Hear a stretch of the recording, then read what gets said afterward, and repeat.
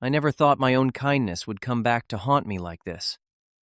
My comfortable three-bedroom home in Portland had always been my sanctuary, my reward for years of hard work as a software engineer. So when my younger brother Jason called desperate and crying about being evicted with his pregnant wife Megan, what else could I do but offer them my spare room? Looking back, I should have seen the warning signs. When Megan surveyed my living room with those calculating eyes, asking how long I had lived here alone. Hey guys, where are you watching from today? Hit that like and subscribe button if you have ever had a family member take advantage of your generosity. The day I closed on my house was the proudest moment of my 32 years. After growing up in a cramped apartment with unreliable heat and a father who drank away most of our money, owning this modest but well-maintained three-bedroom home felt like reaching the summit of Mount Everest. I had saved for years, living frugally and working overtime whenever possible at my software engineering job. My home represented everything I had fought for: stability, independence, and the peace I never had as a child. The relationship with my younger brother Jason had always been complicated. 4 years, my junior Jason grew up watching me shield him from the worst of our father's drunken outbursts and our mother's eventual abandonment when I was 14 and he was 10. While I channeled my childhood trauma into determination to build a better life, Jason developed a pattern of impulsive decisions and financial irresponsibility. Throughout his 20s, Jason bounced between retail jobs, never staying more than 6 months before quitting over some perceived slight or being fired for tardiness. His credit score was abysmal, and he had a habit of calling me for temporary loans that never got repaid. Despite this, I could never fully cut him off. Not just because he was my only immediate family, but because I remembered the frightened boy who would crawl into my bed during our father's worst episodes. The call came on a rainy Tuesday evening in March. I had just finished dinner and was settling in to review some code when my phone lit up with Jason's name. "Angelo, I need help, man. I really need help this time." His voice cracked with what sounded like genuine despair. What happened now? I tried to keep the weariness from my tone. "We got evicted. Megan is 6 months pregnant, and we have nowhere to go. I lost my job at the warehouse 3 weeks ago, and we fell behind on rent." I pinched the bridge of my nose, feeling the familiar tension headache starting. "Why didn't you call me when you lost the job, Jason? I thought I could fix it. I had some interviews lined up, but nothing panned out." "Please, Angelo. It's not just me anymore. It's my wife and baby, too." I thought about my comfortable spare bedroom and the smaller office that I had converted into a home workspace. My recent breakup with David meant I had plenty of space. Maybe this could be a turning point for Jason. Becoming a father might finally push him to grow up and take responsibility. "Okay," I said after a long pause. "You two can stay in my guest room, but this is temporary, Jason. You need to actively look for work, and I want to see proof of job applications. And you both need to contribute to household expenses once you're back on your feet." "Yes, absolutely. Thank you so much, Angelo. You're saving our lives. We won't be a burden, I promise." When they arrived the next day, I was surprised by the sheer volume of belongings they brought. Certainly more than suggested a temporary stay. 3 suitcases of clothes, boxes of kitchen items, even framed photos and decorative pillows. Megan, whom I had only met twice before at family gatherings, smiled warmly as she entered her hand protectively over her swollen belly. "Your home is so lovely, Angelo," she said, her eyes scanning the living room with an intensity that made me slightly uncomfortable. "It must be so nice having all this space just for yourself." Despite that odd comment, the first few days went relatively smoothly. Jason and Megan expressed their gratitude repeatedly, and they kept the guest room tidy. I helped Jason update his resume and showed him several job boards specific to his warehouse experience. Megan talked about her plans to return to her administrative job after the baby was born, and they discussed apartments they could afford once Jason was employed again. I felt good about my decision. Family helps family. That was what I told myself as I fell asleep each night. This arrangement would give them the breathing room they needed, and soon they would be back on their feet with a stable home for their new baby. Looking back, I realize now how naive I was how willing to believe what I wanted to hear because it was easier than acknowledging the truth about my brother. 2 weeks passed, and the first cracks in our arrangement began to show. One evening, I returned from work to find the living room furniture rearranged. My comfortable reading chair had been pushed into a corner to make space for a portable bassinet that was still in its box. We thought this corner would get less foot traffic for when the baby is sleeping. Megan explained when I asked about the changes. She did not ask if I minded or if I wanted to move things back. That weekend, I noticed Jason had not mentioned any job applications or interviews. When I brought it up over breakfast, he sighed dramatically. "The market is tough right now, Angelo. I have been looking, but there is nothing out there for someone with my qualifications. What about the warehouse positions I sent you? Or the delivery driver openings? Those pay minimum wage," he scoffed. "We cannot raise a baby on that kind of money." I bit my tongue to avoid pointing out that any wage was better than no wage, especially when living rent-free. Instead, I offered to help him look for better opportunities. As the weeks continued, more of my home subtly transformed. Megan had rearranged my kitchen cabinets to make them more functional. My decorative throw pillows disappeared, replaced with ones she had brought. The guest bathroom now housed their toiletries with my own items pushed to the back of the cabinet. The most unsettling change came about a month into their stay. I came home from a long day at work to find my home office significantly altered. My desk had been pushed against the wall, my bookshelves rearranged, and a corner now contained a partially assembled crib. "What happened here?" I asked, trying to keep my voice level despite my rising anger. "We need to start setting up for the baby," Jason said casually, as if it were the most natural thing in the world. "The guest room is not big enough for all the baby stuff, and you hardly use this room except on weekends. This is my office. I work from home 2 days a week." Megan waddled in her hand on her lower back. "We can make it work, Angelo. You can use the dining table on those days. It is important that the baby has enough space." That evening, I also discovered a charge on my credit card statement that I did not recognize, a $300 purchase at a baby furniture store. When confronted, Jason admitted to using my card but insisted it was an emergency. "We needed a car seat, Angelo. It is a safety requirement to leave the hospital. I was going to tell you, but you have been so busy with work." At dinner that night, I tried to address the growing issues. "Guys, we need to talk about boundaries and expectations. This arrangement was supposed to be temporary, but it has been a month with no progress on finding jobs or your own place. The stress is not good for the baby," or Megan. Jason immediately responded. "The doctor said she needs to minimize stress in the 3rd trimester. Megan nodded, rubbing her stomach. "I have been having Braxton Hicks contractions. The doctor is concerned about preterm labor if I get too anxious. I understand that I said carefully, but we need to have a plan. You cannot just rearrange my home or use my credit card without asking." "Family helps family, right?" Jason's voice took on the manipulative tone I recognized from our childhood, the same one he used when convincing me to take the blame for something he had done. "That is what you always said. Or do you want to turn out like Dad, throwing his own family out on the street?" The comparison to our father hit its mark, leaving me speechless and hurt.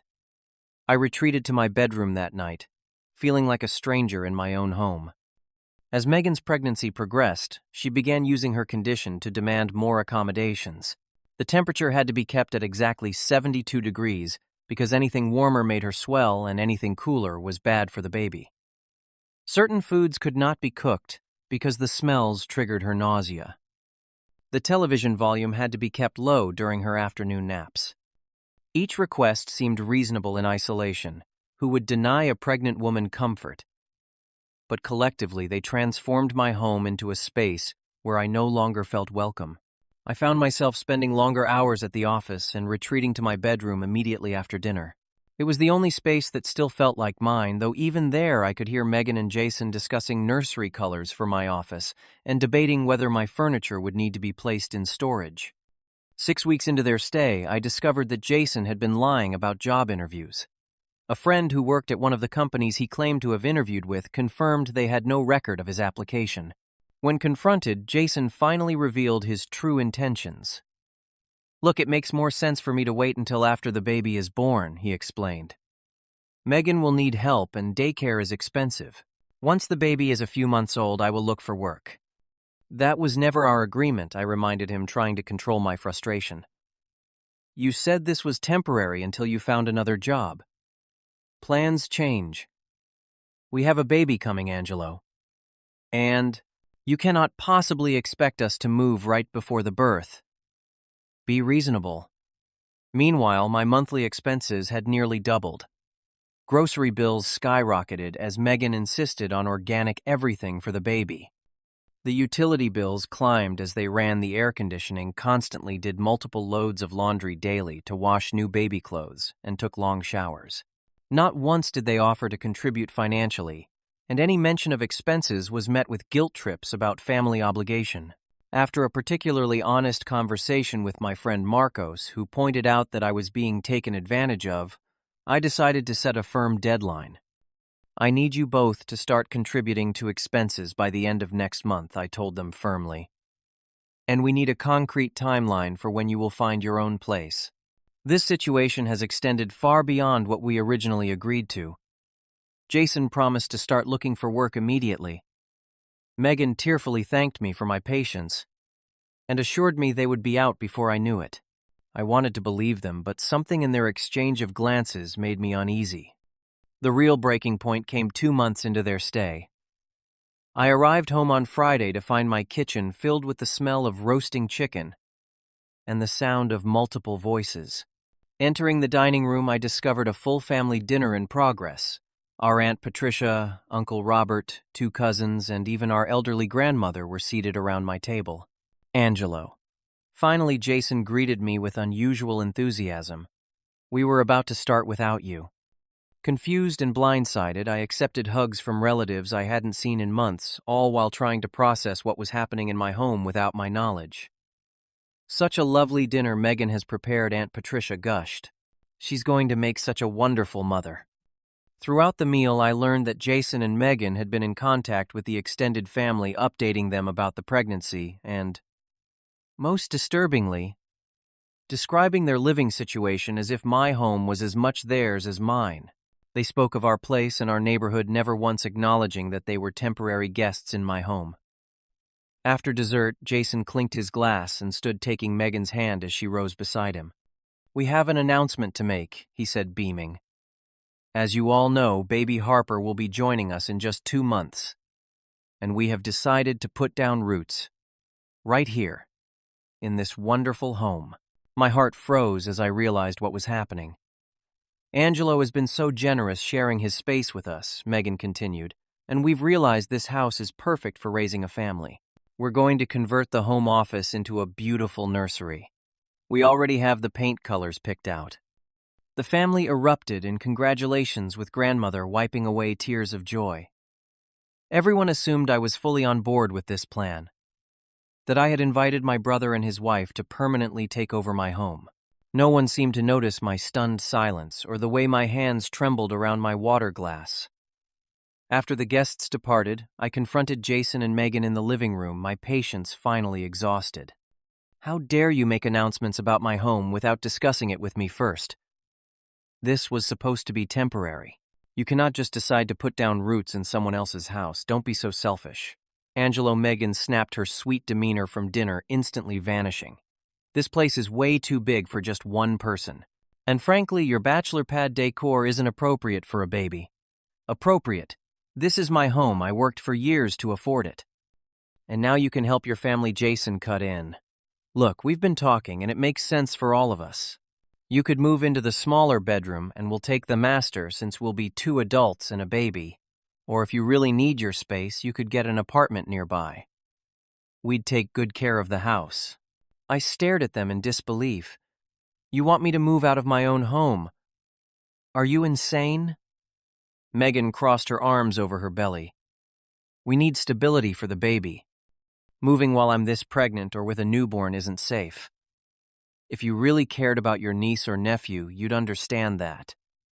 "This conversation is over," I said, my voice shaking with rage. This is my house. My name is on the mortgage. You are guests who have overstayed your welcome. Actually, Jason said with a smirk that chilled me, we've been here long enough to establish residency. You can't just kick us out. We know our rights. The following morning, while Jason and Megan were out shopping with my credit card again, I discovered what prompted their sudden boldness. In my home office, I found printed legal information about tenant rights and eviction laws in our state. They had highlighted sections about protection for families with children and the lengthy eviction process. A notebook contained calculations of my mortgage payment and monthly income, clearly estimating how much I could afford to pay for an apartment if they took over my house. Even more disturbing was finding mail addressed to them using my address dated from their first week staying with me. They had planned this takeover from the beginning. Later that day, I overheard them on a phone call in the backyard. His mortgage is less than we'd pay in rent, Megan was saying. And once we're established with the baby, he can't legally remove us without lengthy court proceedings. No judge will evict a newborn. Plus, he's too soft to actually go through with it, Jason added. He still feels guilty about our childhood. Trust me, he'll cave. That night, sitting alone in my car in the driveway because I couldn't bear to enter my own home, I broke down completely. Tears of betrayal and anger flowed freely as I realized the depth of my brother's manipulation. The brother I had protected and supported was now conspiring to take the one thing I had worked hardest to achieve. I felt like that helpless child again, watching something precious being stolen from me while being powerless to stop it. The next morning, instead of going to work, I called in sick and drove to a law office downtown. The family law attorney listened sympathetically as I explained my situation, taking detailed notes about the timeline, the original agreement, and the evidence of their premeditated plan. Unfortunately, they're right about establishing residency, she explained. However, since there was never a formal lease, and you can prove the agreement was temporary, we have options. It won't be immediate, but we can legally remove them. I left her office with a clear action plan and something I'd been missing for weeks: hope. My first step was documenting everything. I combed through text messages confirming the temporary nature of our arrangement, took photos of the changes they had made to my home, and printed credit card statements showing unauthorized charges. Next, I secured my valuables and important documents in a safe deposit box. Then I reached out to my support network. My friend Marcos offered his spare room if things became unbearable before the legal process completed. My colleague Stephanie, who had gone through a similar situation with a roommate, provided emotional support and practical advice. Armed with legal guidance and support, I confronted Jason and Megan that weekend. This time, I was calm, prepared, and unwavering. I've consulted an attorney, I told them, laying out printed eviction notice forms on the coffee table. You have two options. First, you can leave willingly within 30 days, and I'll provide $2,000 toward your security deposit on a new place. Or second, I file these papers, begin formal eviction proceedings, and you get nothing. Jason immediately exploded in anger. You would throw your pregnant sister-in-law onto the street. What kind of monster are you? I didn't take the bait. I'm giving you a generous option to leave with dignity and financial help. That's more than you deserve after trying to steal my home. We weren't stealing anything, Megan protested, though her voice lacked conviction. We just thought it made sense for everyone. It made sense for you to take over my home while suggesting I leave, to use my credit cards without permission, to lie about job hunting. That's called taking advantage, and it stops now. Jason tried every manipulation tactic in his arsenal, bringing up our childhood, claiming I was abandoning family, even threatening to tell our relatives I was heartlessly evicting a pregnant woman. But I remained firm. The family will hear the full story, I assured him, including the printouts about tenant rights and your plans to force me out of my own home. Seeing that I wouldn't budge, Jason stormed out. Megan surprisingly stayed behind. He won't look for apartments, she said quietly after he left. He thinks you'll back down. I studied her thoughtfully. And what do you think, Megan? I think... She hesitated, rubbing her belly. I think we need our own place. This situation isn't healthy for anyone. It was the first honest thing I'd heard from her since they arrived. I involved our Uncle Robert as a mediator, someone Jason respected, and who would be fair. After hearing both sides, he firmly supported my position while helping Jason save face by framing it as doing what's best for the baby. A child needs stability, Uncle Robert told him. Angelo's offering enough for a security deposit on your own place. That's a fresh start for your family, Jason. Take it and rebuild your relationship with your brother before it's too late. It took 2 more tense weeks, but reality finally sank in when I had the locks changed on my home office and bedroom, securing my remaining private spaces. Jason and Megan began apartment hunting in earnest, eventually finding a small 2-bedroom within their budget if Jason took the warehouse job he'd been avoiding. The day they moved out was bittersweet. Jason barely spoke to me, loading their belongings into the moving truck with angry efficiency. Megan was more conciliatory, even apologizing awkwardly for how things turned out. I helped carry some lighter boxes, feeling a complex mix of relief, sadness, and lingering betrayal. As promised, I wrote them a check for the security deposit, making it out directly to their new landlord rather than giving them cash. It was the last financial support I would provide without clear boundaries. The first night alone in my house again, I walked through each room, reclaiming my space. I moved furniture back to its original positions, replaced my office, and opened all the windows to let fresh air cleanse the tension that had permeated every corner. The house felt emptier but infinitely more peaceful. In the following weeks, I focused on rebuilding my sense of security and peace. I repainted the walls they had marked up, replaced the kitchen items they had taken, and invested in a new, more comfortable mattress, a symbolic fresh start. Friends came over for dinner, filling my home with genuine laughter again. Setting new boundaries with Jason proved challenging but necessary. I made it clear that while I wanted to be part of my niece or nephew's life, our relationship needed to be based on mutual respect. Financial help would no longer be freely given. Instead, I set up a small education fund for the baby that neither Jason nor Megan could access. When their daughter Harper was born 2 months later, I visited the hospital with a gift and sincere congratulations. Holding my tiny niece stirred complicated emotions. Joy at her healthy arrival, sadness at the fractured relationship with her father, and determination to be a positive presence in her life while maintaining my own well-being. Rebuilding trust has been a slow process. Jason eventually acknowledged, though never fully apologized for his inappropriate expectations. Our relationship remains strained but civil, centered around Harper rather than our past conflicts. The most valuable lesson I learned through this painful experience was that true family support requires honesty and mutual respect. Generosity without boundaries isn't kindness. It's an invitation to exploitation. I no longer confuse enabling with helping, and I've found that firmer boundaries actually create healthier relationships. My home is truly mine again. A sanctuary earned through hard work and protected through difficult but necessary decisions. I still help family when I can, but now it comes with clear expectations and mutual respect. Sometimes the most loving thing we can do for others, and ourselves, is to say no to what harms us even when it's difficult. So what about you? Have you ever had to make the painful choice between helping family and protecting yourself? Share your experience in the comments below.